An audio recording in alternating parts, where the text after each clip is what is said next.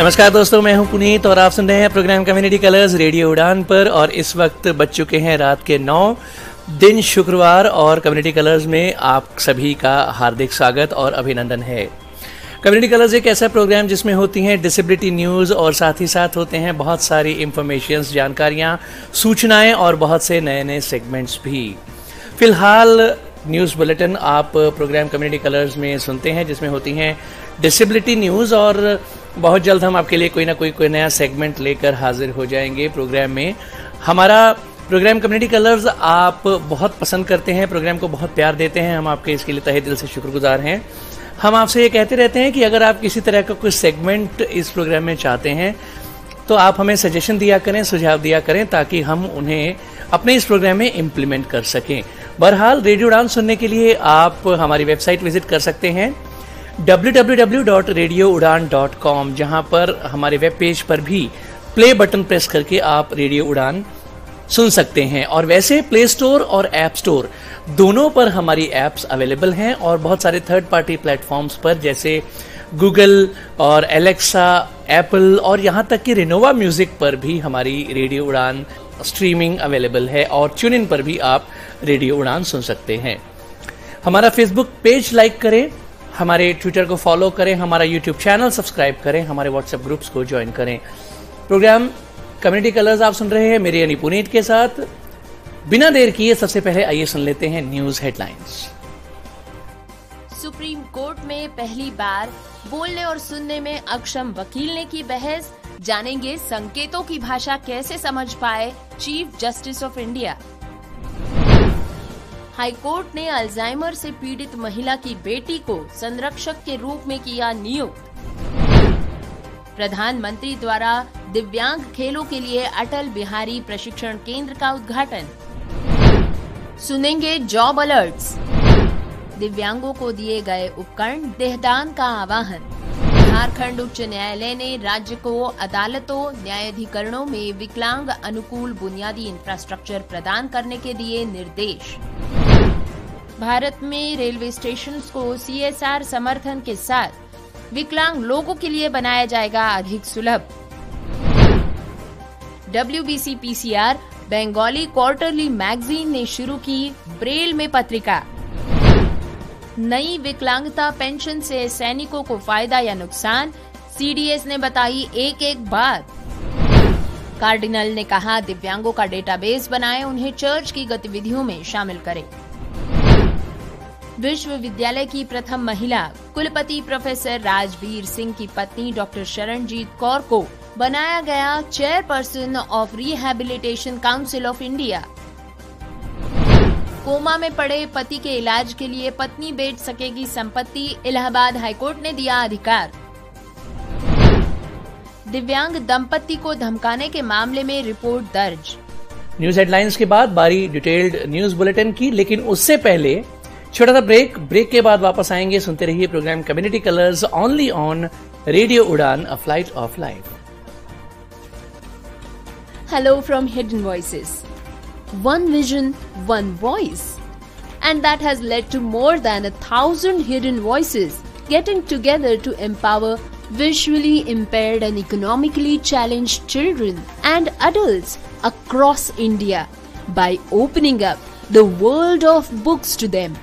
Hidden Voices is a unique reading charity founded by Miss Devi Krishna and co-founded by Miss Maitreyi Rajdev on 28th April 2019.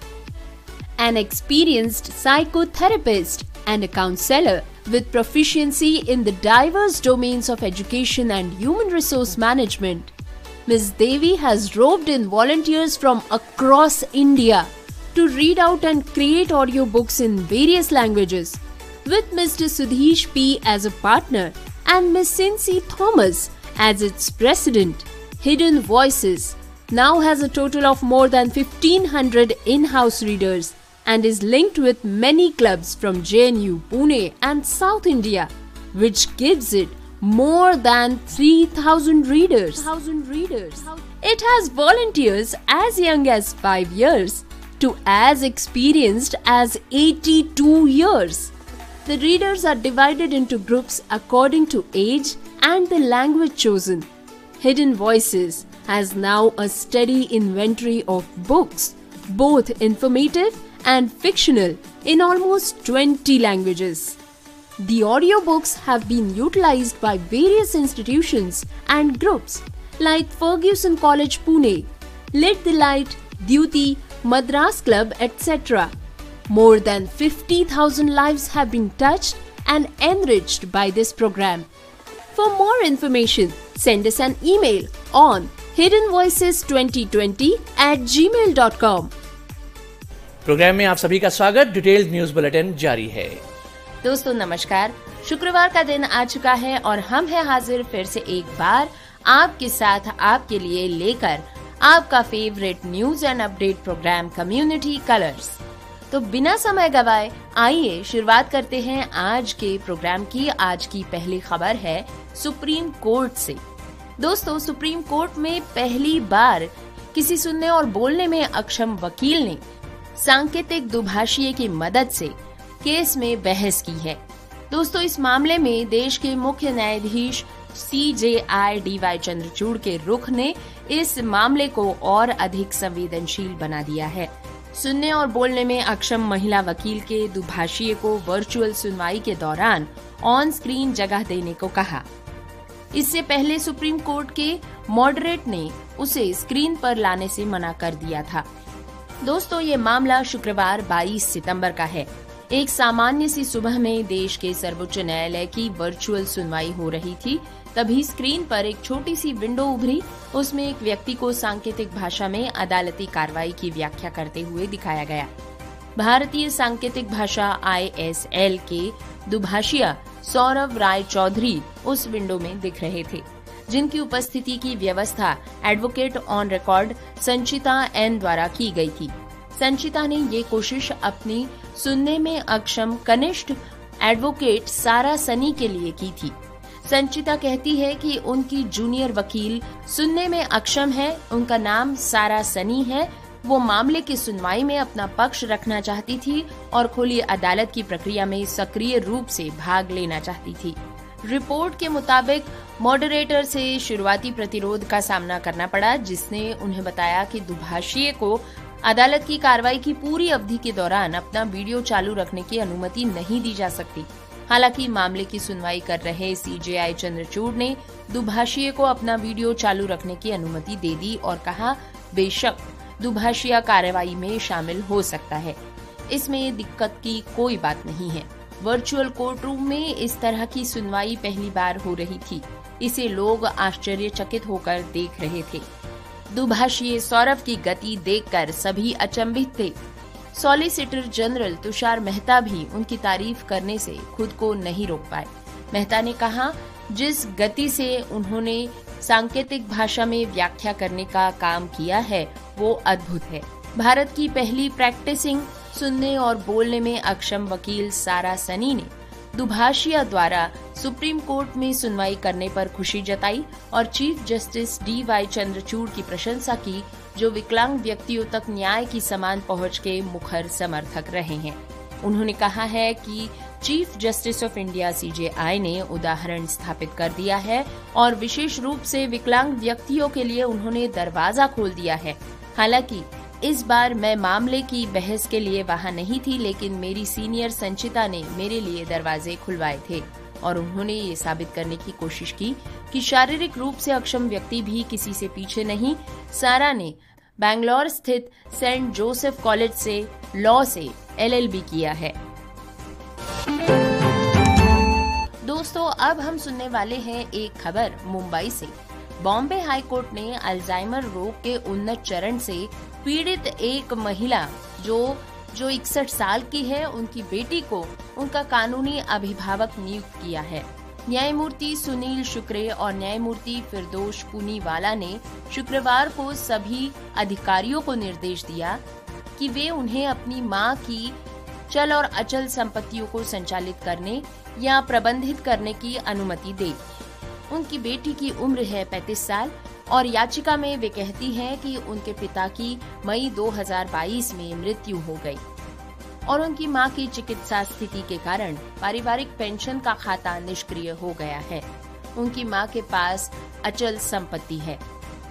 14 सितंबर को न्यायाधीश उनके वकील सीमंतिनी मोहिते और कमलेश माली से सहमत हुए कि हिंदू अल्पसंख्यक और संरक्षितता अधिनियम 1956, मानसिक स्वास्थ्य देखभाल अधिनियम 2017 या किसी अन्य कानून में बेटे, बेटी या भाई बहन को नियुक्त करने का कोई प्रावधान नहीं है। मानसिक विकार से पीड़ित व्यक्ति के लिए अभिभावक चुनने का कोई प्रावधान नहीं है। उन्होंने कहा कि ये राय बनाने के लिए पर्याप्त सामग्री होनी चाहिए कि मां की अल्जाइमर्स की बीमारी कितनी तीव्र है। इसका इलाज मानसिक विकार के बराबर किया जा सकता है। उन्होंने उन्हें जे अस्पताल के न्यूरोलॉजिस्ट से जांच करने के निर्देश भी दिए। राज्य वकील ज्योति चौहान ने न्यूरोलॉजिस्ट की रिपोर्ट प्रस्तुत की, जिसमें कहा गया था कि उनकी मां के मस्तिष्क में बड़ी न्यूरो संज्ञानात्मक गिरावट है और उन्हें निरंतर देखभाल की और सहायता की आवश्यकता है। न्यायाधीशों ने कहा कि इस तरह की स्वास्थ्य स्थिति मानसिक विकार से पीड़ित होने का उचित संकेत है। उन्होंने कहा कि बेटी की अपनी मां की कानूनी अभिभावक बनने की क्षमता में कोई प्रतिकूल बात नजर नहीं आती और मां इस वक्त पूरी तरह से अपनी बेटी पर निर्भर है। वो एक कामकाजी महिला है जिसके पास पर्याप्त साधन है, उसका शरीर और मानसिक स्वास्थ्य अच्छा है और उसका कोई आपराधिक इतिहास भी मौजूद नहीं है। उन्होंने कहा कि ये सभी गुण उन्हें अपनी मां के कानूनी अभिभावक के रूप में नियुक्त बनाने के साथ आने वाली जिम्मेदारी का निर्वहन करने के लिए बेहद उपयुक्त बनाएंगे। उन्होंने निष्कर्ष निकाला कि ये एक उपयुक्त मामला है। दोस्तों, अब बात करते हैं अटल बिहारी प्रशिक्षण केंद्र के बारे में। दिव्यांग व्यक्तियों को खेलों में समान अवसर प्रदान करने की दिशा में मार्ग प्रशस्त किया जा रहा है। 2 अक्टूबर को कई विकास पहलों का लोकार्पण और शिलान्यास प्रधानमंत्री ने किया और इन्हीं अग्रणी परियोजनाओं में से एक थी विकलांगता खेल के लिए अटल बिहारी वाजपेयी प्रशिक्षण केंद्र का उद्घाटन। विकलांगता खेलों के लिए अटल बिहारी प्रशिक्षण केंद्र एक महत्वपूर्ण अवसर का गवाह बना, क्योंकि माननीय प्रधानमंत्री ने 2 अक्टूबर को इस सुविधा का उद्घाटन किया। कार्यक्रम में डॉक्टर वीरेंद्र कुमार की गरिमामयी उपस्थिति भी थी। ये महत्वपूर्ण पहल सभी के लिए खेल समावेशिता और पहुंच को बढ़ावा देने के लिए की जाए। ये महत्वपूर्ण पहल सभी के लिए खेल समावेशिता और पहुंच को बढ़ावा देने की हमारे देश की प्रतिबद्धता को रेखांकित करती है। विकलांगता खेल के लिए अटल बिहारी प्रशिक्षण केंद्र विकलांग व्यक्तियों को खेल में समान अवसर प्रदान करने, उनकी प्रतिभा को बढ़ावा देने और विभिन्न खेल विषयों में उनकी भागीदारी को प्रोत्साहित करने की दिशा में एक महत्वपूर्ण कदम का प्रतिनिधित्व करता है। ये उद्घाटन कार्यक्रम एक समावेशी और सुलभ खेल पारिस्थितिकी तंत्र को बढ़ावा देने के प्रति समर्पित प्रदर्शित करने के लिए एक मंच के रूप में काम कर रहा है। खेलों में बाधाओं को पार करने की और व्यक्तियों को उनके शारीरिक क्षमताओं की परवाह किए बिना प्रेरित करने की शक्ति होती है। विकलांग खिलाड़ियों के लिए अटल बिहारी प्रशिक्षण केंद्र एक अत्याधुनिक सुविधा है जो विकलांग एथलीटों के प्रशिक्षण और पोषण के लिए समर्पित की गई है।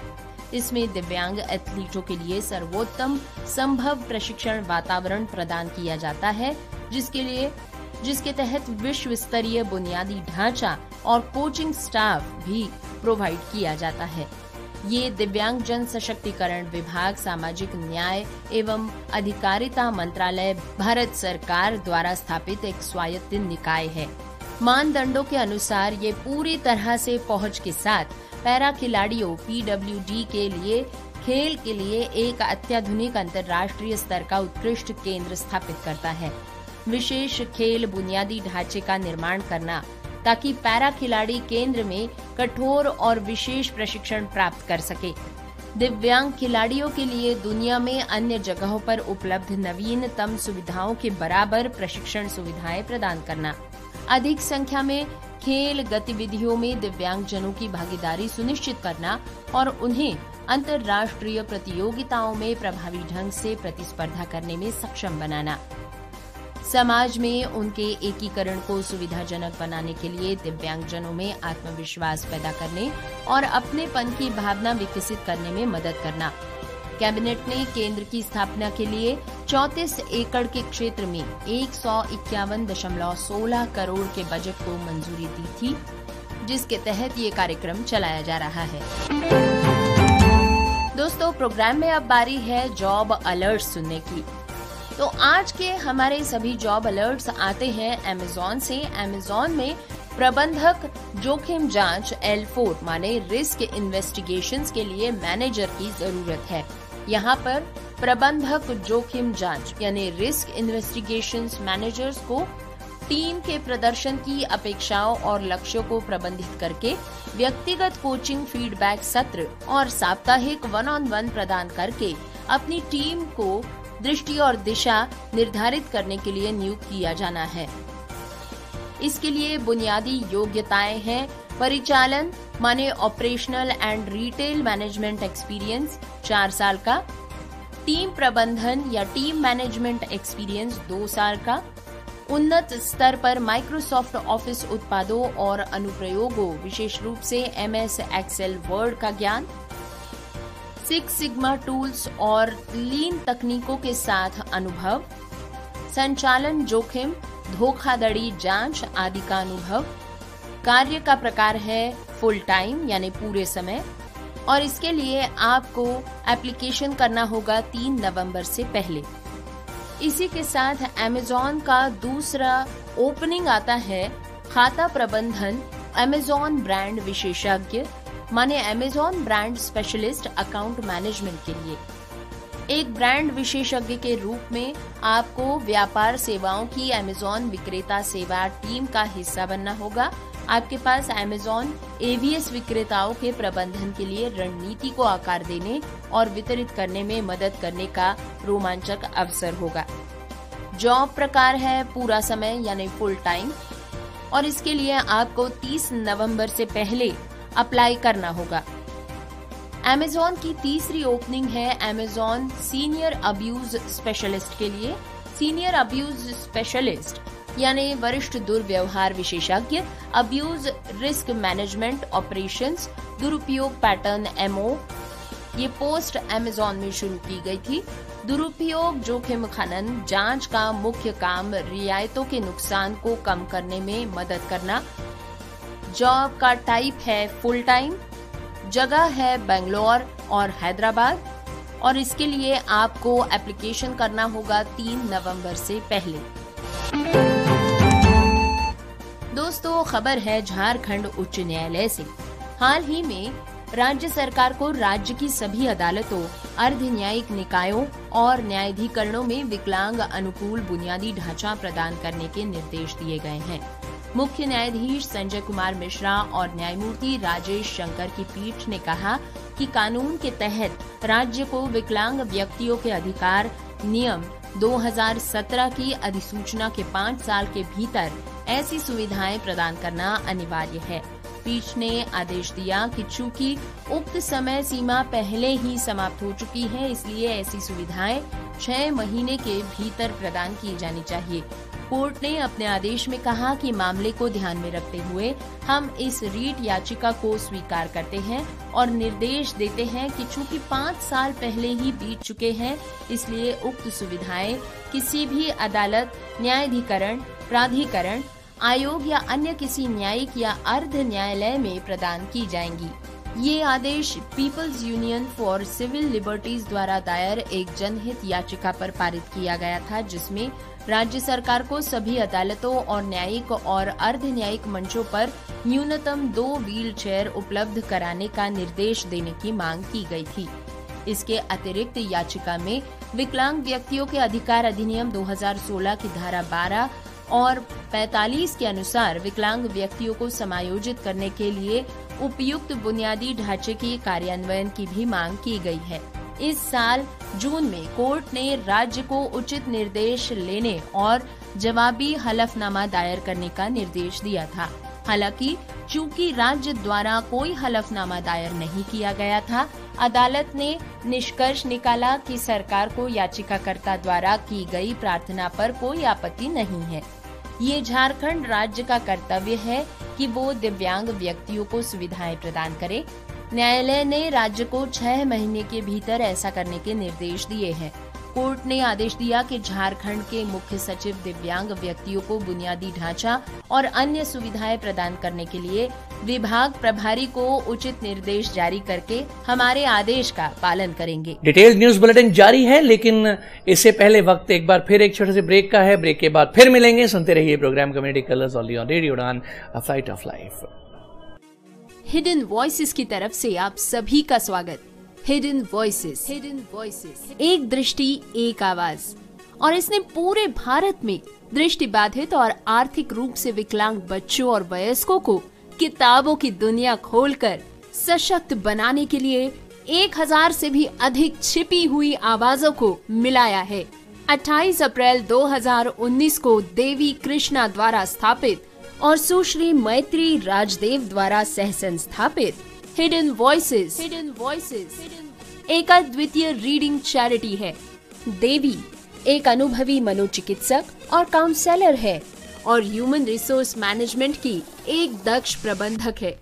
देवी ने पूरे भारत के विभिन्न भाषाओं के स्वयंसेवकों को दृष्टिबाधितों के लिए ऑडियो किताब पढ़ने और बनाने के लिए तैयार किया है। एक भागीदार के रूप में श्री सुधीश पी और इसके अध्यक्ष के रूप में सुश्री सिंसी थॉमस के साथ हिडन वॉइसेस के अब कुल 1500 से भी अधिक इन हाउस पाठक है और ये JNU, पुणे और दक्षिण भारत स्थित कई क्लबों से जुड़ा हुआ है, जिसके चलते अब हिडन वॉइसेस के पास 3000 से भी अधिक पाठक है। इसमें सबसे छोटे पाठक 5 साल की उम्र से लेकर सबसे बड़े पाठक 82 साल के अनुभव वाले स्वयंसेवक है। पाठकों को उम्र और चुनी गई भाषा के अनुसार ग्रुप्स में बांट दिया जाता है। हिडन वॉइसेस के पास अब लगभग 20 भाषाओं में जानकारी पूर्ण और काल्पनिक दोनों ही तरह की पुस्तकों की एक सूची तैयार है।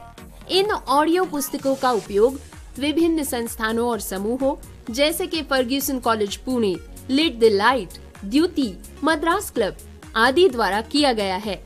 इस कार्यक्रम ने 50,000 से भी अधिक लोगों की जिंदगी को समृद्ध बनाया है।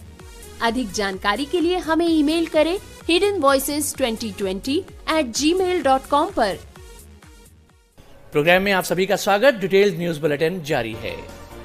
दोस्तों, Nissan motor India private limited NMIPL ने दृष्टि, श्रवण या अन्य विकलांगता वाले लोगों और व्हील चेयर का उपयोग करने वाले लोगों के लिए रेलवे स्टेशंस को अधिक सुलभ बनाने के लिए भारतीय रेलवे और NGO अनुप्रयास के साथ अपनी साझेदारी के चरण 2 को पूरा करने की घोषणा की है। चेन्नई और अन्य स्थानों में 17 और स्टेशंस को कवर करने वाली साझेदारी के तीसरे चरण की घोषणा राकेश श्रीवास्तव, MD NMIPL और श्री अरैया विश्वनाथ और DRM चेन्नई डिवीजन दक्षिणी रेलवे ने एक मीडिया ब्रीफिंग सत्र में ये जानकारी साझा की है। निसान इंडिया की एक्सेसिबिलिटी परियोजना जो 2022 में शुरू की गई थी का लक्ष्य 3 साल की अवधि के लिए हर साल 15 से अधिक स्टेशंस को बदलना है, ताकि दृश्य और श्रवण विकलांगता वाले लोगों और व्हील चेयर का उपयोग करने वाले लोगों को उनकी निर्भरता को कम करके स्वतंत्र रूप से और सम्मान के साथ यात्रा करने के लिए सशक्त बनाया जा सके। इस पहल पर टिप्पणी करते हुए निसान मोटर इंडिया के प्रबंध निदेशक राकेश श्रीवास्तव ने कहा कि एक ब्रांड के रूप में जो विविधता, समानता और समावेशन को अपने मूल लोकाचार का हिस्सा मानता है, निसान सामाजिक समावेशिता को बढ़ावा देने और सामुदायिक कल्याण को मजबूत करने के लिए प्रतिबद्ध है। हमारा मानना है कि गतिशीलता सभी के लिए होनी चाहिए और सीमाओं से परे होनी चाहिए। रेलवे हमारे देश में यात्रा और गतिशीलता के लिए एक प्रमुख जीवन रेखा है और रेलवे स्टेशन पर पहुंच बढ़ाने के लिए इस परियोजना पर भारतीय रेलवे के साथ काम करना हमारे लिए सम्मान की बात है। हमें पूरे भारत में 30 रेलवे स्टेशन पर काम पूरा करने और 17 स्टेशनों पर इस पहल को जारी रखने पर गर्व है। हालांकि भारत में 26.8 मिलियन से भी अधिक लोग दिव्यांग हैं। केवल 3% सार्वजनिक स्थान ही उनके लिए सुलभ है। कई लोग रेलवे सहित सार्वजनिक परिवहन पर अत्यधिक निर्भर है। फिर भी दिव्यांगजनों को स्वतंत्र रूप से यात्रा करने में सहायता के लिए सार्वजनिक सुविधाओं की कमी है। कार्यक्रम के माध्यम से निसान मोटर इंडिया सभी के लिए यात्रा और परिवहन को अधिक समावेशी, सुविधाजनक और सुलभ बना रही है। दोस्तों, अब आइए सुनते हैं WBC PCR के बारे में, जिन्होंने हाल ही में अपने त्रैमासिक पत्रिका में ब्रेल संस्करण शुरू किया है। ब्रेल के 4 पृष्ठों में ये पत्रिका पाठ को अधिक समावेशी बनाने के उद्देश्य से बांग्ला में लिखी गई कविताओं को शामिल कर रही है। बाल अधिकार संरक्षण के लिए राज्य आयोग की बंगाली त्रैमासिक इस पत्रिका ने अपने सितंबर अंक में ब्रेल में पेज शामिल किए हैं। ब्रेल के 4 पृष्ठों को समावेशी बनाने के उद्देश्य से बांग्ला में कविताएं प्रस्तुत की गई हैं। WBC PCR की सलाहकार अनन्या चैटर्जी चक्रवर्ती ने इस बारे में कहा है कि आयोग अधिक से अधिक समावेशी बनाने की दिशा में आगे बढ़ रहा है। हुल्लर एक ऐसी पत्रिका है जिसका बच्चे आनंद लेते हैं। हमने महसूस किया कि दृष्टिबाधित लोगों को क्यों बाहर रखा जाए। दोस्तों, आपको बता दें कि अनन्या चैटर्जी चक्रवर्ती हुल्लर की संपादक और पश्चिम बंगाल बाल अधिकार संरक्षण आयोग की सलाहकार है। अधिक समावेशी होने के अपने प्रयास में आयोग ने 2022 में लिंग की सीमाओं से परे जाकर एक ट्रांसजेंडर व्यक्ति को एक दिन के लिए अध्यक्ष बनाया था। इस वर्ष एक विशेष आवश्यकता वाला छात्र एक दिन के लिए अध्यक्ष था और विशेष आवश्यकता वाले 4 अन्य उसकी टीम के सदस्य थे। टीम में दृष्टिबाधित एक व्यक्ति भी शामिल किया गया था। छात्रों ने स्कूलों और कार्यालयों में रैंप, सार्वजनिक परिवहन की पहुंच, अस्पतालों में सांकेतिक भाषा समझने वाले कर्मचारी और यौन शोषण और बाल श्रम से सुरक्षा जैसी बुनियादी मांगे रखी हैं। हुल्लर के कार्यकारी संपादक मयूता संतरा ने कहा कि जब हम उनके साथ बातचीत करते हैं तो हम उनके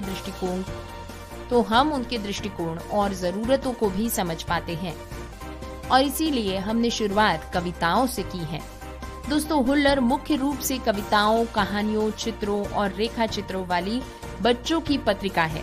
सितंबर का अंक महिला एवं बाल विकास के लिए समर्पित था और ये काफी खास रहा। WBC PCR के अध्यक्ष सुदेशना रॉय ने कहा कि इस तरह की पहल विशेष योग्यता वाले व्यक्तियों को मुख्य धारा में लाने के लिए काफी मददगार साबित होती है। दोस्तों, अब बात करते हैं नई विकलांगता पेंशन के बारे में। रक्षा मंत्रालय ने नई विकलांगता पेंशन पर अपनी स्थिति स्पष्ट की है। ये पेंशन सैन्य कर्मियों के लिए है। मंत्रालय का कहना है कि दुरुपयोग को रोकने के लिए नीति बनाई गई है। विकलांगता पेंशन की ये नई स्कीम 21 सितंबर 2023 के बाद रिटायर होने वाले जवानों पर लागू की जाएगी। रक्षा मंत्रालय के मुताबिक पहले की विकलांगता पेंशन की न्यूनतम सीमा जवानों के मूल वेतन का 20% थी। हालांकि अब नए नियमों में इसे 5% कर दिया गया है। सैन्य अधिकारियों के मुताबिक अब जवानों की मेडिकल रिपोर्ट के आधार पर विकलांगता के अनुपात में पेंशन बढ़ोतरी का नियम है। पेंशन की अधिकतम सीमा होगी 40% तक।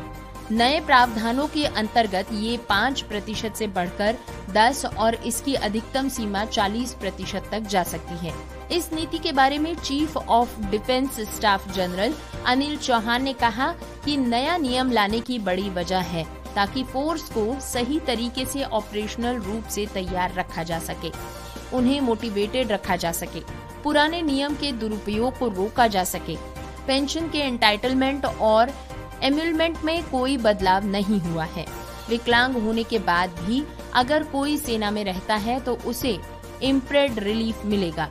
ये 21 सितंबर 2023 से लागू किया जाएगा। सैन्य अधिकारियों का कहना है कि ड्यूटी में रहते हुए यदि जवान विकलांगता का शिकार होता है तो ऐसी स्थिति में प्रभावित जवानों को पहले से ज्यादा विकलांगता पेंशन मिल पाएगी। सेवा के मुताबिक इस नए बदलाव से फैमिली पेंशन पर कोई असर नहीं पड़ रहा। साथ ही ये भी कहा जा रहा है कि ये नई योजना जवानों व अफसरों को फिट बने रहने के लिए प्रोत्साहित करेगी। Chief of defence staff general Anil Chauhan ने शुक्रवार को बताया कि नई पेंशन नीति से किसी पूर्व सैनिक को नुकसान नहीं होगा। उनका कहना है कि न ही इस पेंशन योजना से भविष्य में रिटायर होने वाले सैनिकों की पेंशन पर कोई दुष्प्रभाव पड़ेगा। जनरल चौहान का कहना है कि इस नई योजना से केवल दिव्यांगता पेंशन को रैशनलाइज किया गया है। रक्षा विशेषज्ञों का कहना है कि विकलांगता पेंशन के लिए पहले दावेदारी 5% के आसपास रहती थी। हालांकि इन दिनों इसमें काफी वृद्धि हुई है। पहले के मुकाबले कई गुना जवान व अधिकारी इसके लिए दावा पेश करते हैं।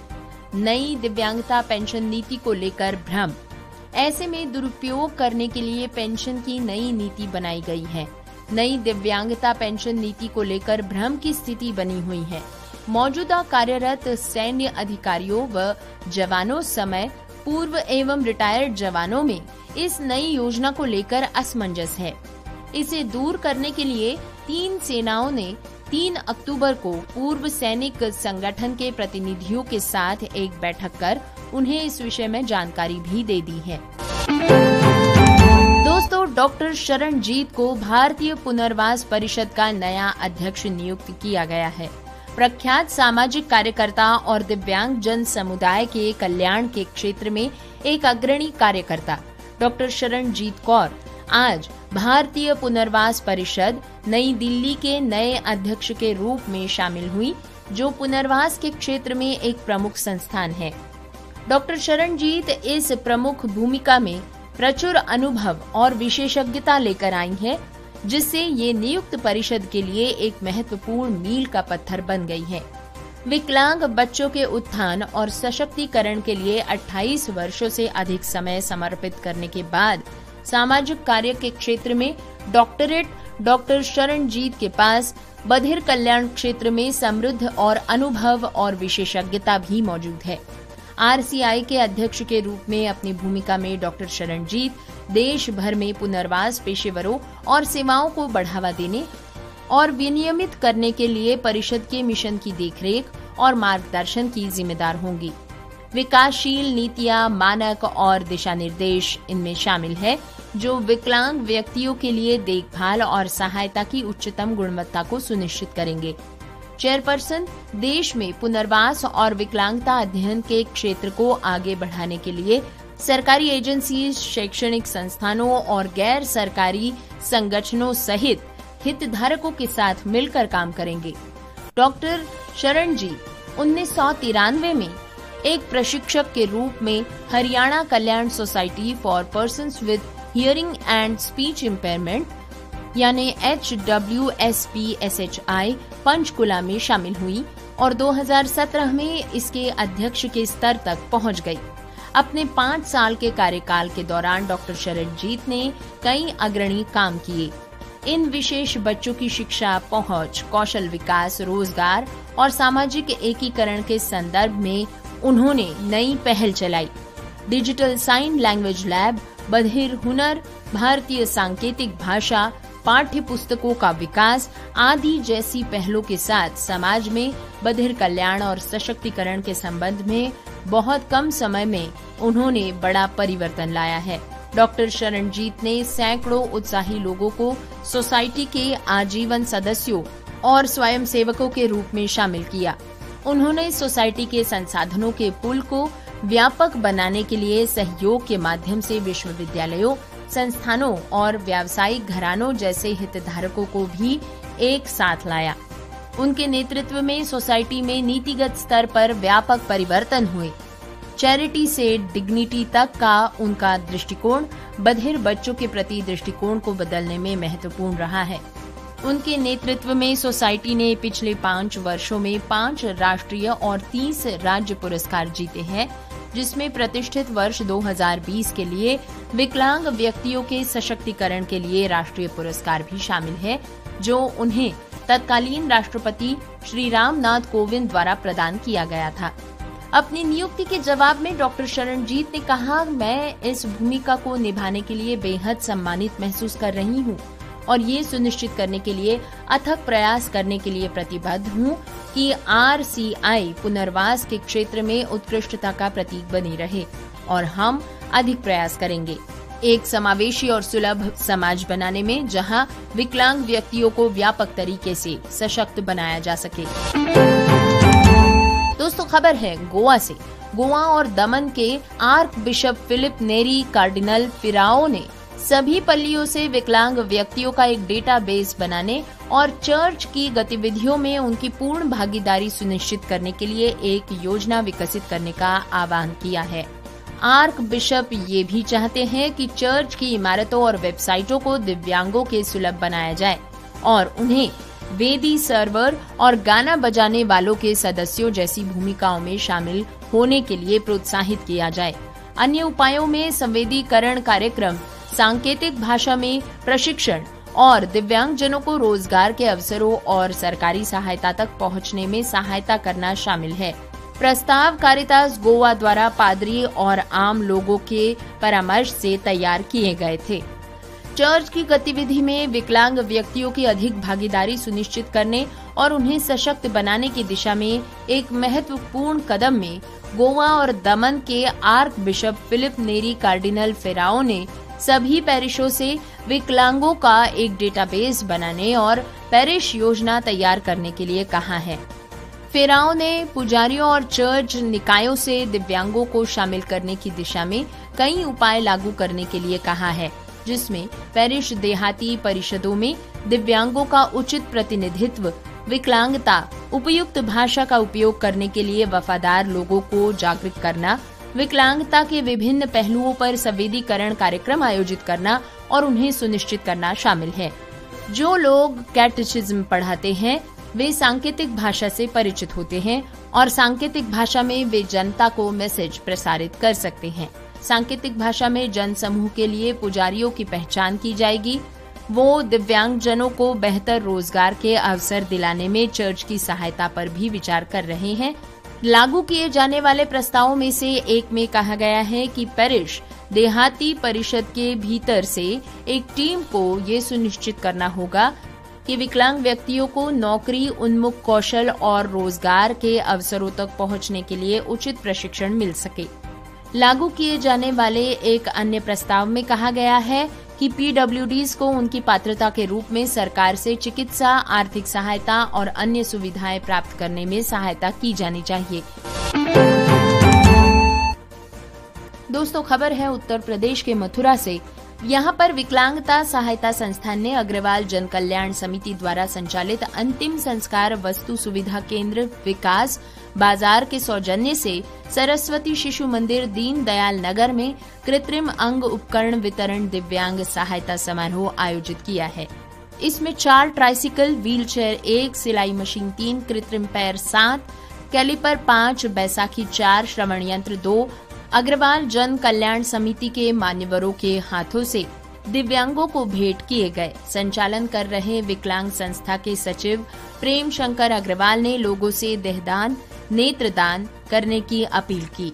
समारोह में कई मान्यवर उपस्थित थे। दोस्तों, खबर है उत्तर प्रदेश के अमरोहा से।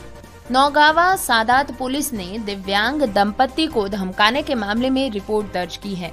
थाना क्षेत्र के गांव हादीपुर कला निवासी दिव्यांग विजय भान सिंह का परिवार रहता है। उनकी पत्नी रेखा रानी भी दिव्यांग है। दंपति के पास कोई संतान नहीं है। रेखा का आरोप है कि उनकी ननद की शादी क्षेत्र के ही गांव बादशाहपुर में हुई है, लेकिन अब वे उनके हिस्से की संपत्ति पर कब्जा करने की कोशिश कर रही हैं। उन्होंने ये भी बताया कि उन्होंने अपनी देवरानी का बेटा गोद ले रखा है। इसके चलते ननद उससे रंजिश मानती है। आरोप लगाया गया है कि ननद सुनीता ने उसे झूठे मुकदमे में जेल भिजवाने की धमकी दी है। सीओ अंजलि कटारिया ने पीड़ित दंपति की तहरीर पर रिपोर्ट दर्ज कराने की बात की है। दोस्तों, इलाहाबाद हाईकोर्ट ने एक ऐतिहासिक फैसला करते हुए दुर्घटना में घायल होने के बाद कोमा में पड़े पति के इलाज के लिए पत्नी को पति का संरक्षक नियुक्त किया है। साथ ही इलाज की जरूरतों को पूरा करने के लिए पत्नी को पति की संपत्ति बेचने का अधिकार भी दिया है। कोर्ट ने इस संबंध में किसी कानून के नहीं होने से उत्पन्न स्थिति को देखते हुए तमाम कानूनों व कोर्ट के फैसलों पर गंभीरता पूर्वक विचार कर ये निर्णय लिया है। ये आदेश न्यायमूर्ति MC त्रिपाठी तथा न्यायमूर्ति प्रशांत कुमार की खंडपीठ ने पूजा शर्मा की याचिका स्वीकार करते हुए दिया है। कोर्ट ने गाइडलाइंस तय करते हुए कहा है कि दादरी तहसील के गांव इलाभान स्थित याचिकाकर्ता के पति की खरीदी जमीन को अधिकतम कीमत पर बेचा जाए। धनराशि महानिबंधक के जरिए अधिकतम ब्याज पर बैंक में फिक्स डिपॉजिट की जाए। पत्नी के द्वारा सेक्टर 7 नई दिल्ली स्थित बैंक खाते में हर महीने 50,000 रुपए जमा करने की व्यवस्था करे, जिसका उपयोग पति के इलाज व बच्चे की देखभाल में किया जाए। साथ ही इलाहाबाद हाईकोर्ट ने ये भी कहा है कि यदि किसी रिश्तेदार या मित्र को लगता है कि संपत्ति मरीज के हित में खर्च नहीं की जा रही है, तो वो हाईकोर्ट में पत्नी के संरक्षक बनाने के आदेश को खत्म करने की मांग में अर्जी दे सकता है। याचिका पर विभिन्न अधिवक्ताओं ने अपना पक्ष रखा था। तो डिटेल्ड न्यूज बुलेटिन के बाद हम आपको सिर्फ इतना कहना चाहेंगे कि आपको हमारा प्रोग्राम कैसा लगा हमें बताइएगा जरूर। अपना फीडबैक जितने तरीके ऊपर पहले हम रेडियो उड़ान सुनने के आपको बता चुके हैं, उनमें से किसी भी तरीके से आप अपना फीडबैक हम तक पहुंचा सकते हैं। अपने फीडबैक हमें जरूर दीजिए ताकि हम इस प्रोग्राम को बेहतर बना सके। बहरहाल अब प्रोग्राम के अंजाम की बारी। प्रोग्राम के आखिर में न्यूज हेडलाइंस एक बार फिर। सुप्रीम कोर्ट में पहली बार बोलने और सुनने में अक्षम वकील ने की बहस। जानेंगे संकेतों की भाषा कैसे समझ पाए chief justice of India. High court ने अल्जाइमर से पीड़ित महिला की बेटी को संरक्षक के रूप में किया नियुक्त। प्रधानमंत्री द्वारा दिव्यांग खेलों के लिए अटल बिहारी प्रशिक्षण केंद्र का उद्घाटन। सुनेंगे जॉब अलर्ट्स। दिव्यांगों को दिए गए उपकरण, देहदान का आह्वान। झारखंड उच्च न्यायालय ने राज्य को अदालतों, न्यायाधिकरणों में विकलांग अनुकूल बुनियादी इंफ्रास्ट्रक्चर प्रदान करने के दिए निर्देश। भारत में रेलवे स्टेशन को CSR समर्थन के साथ विकलांग लोगों के लिए बनाया जाएगा अधिक सुलभ। WBC PCR Bengali quarterly magazine ने शुरू की ब्रेल में पत्रिका। नई विकलांगता पेंशन से सैनिकों को फायदा या नुकसान, CDS ने बताई एक बात। कार्डिनल ने कहा दिव्यांगों का डेटाबेस बनाएं, उन्हें चर्च की गतिविधियों में शामिल करें। विश्वविद्यालय की प्रथम महिला कुलपति प्रोफेसर राजबीर सिंह की पत्नी डॉक्टर शरणजीत कौर को बनाया गया chairperson of rehabilitation council of India. Coma में पड़े पति के इलाज के लिए पत्नी बेच सकेगी संपत्ति, इलाहाबाद हाईकोर्ट ने दिया अधिकार।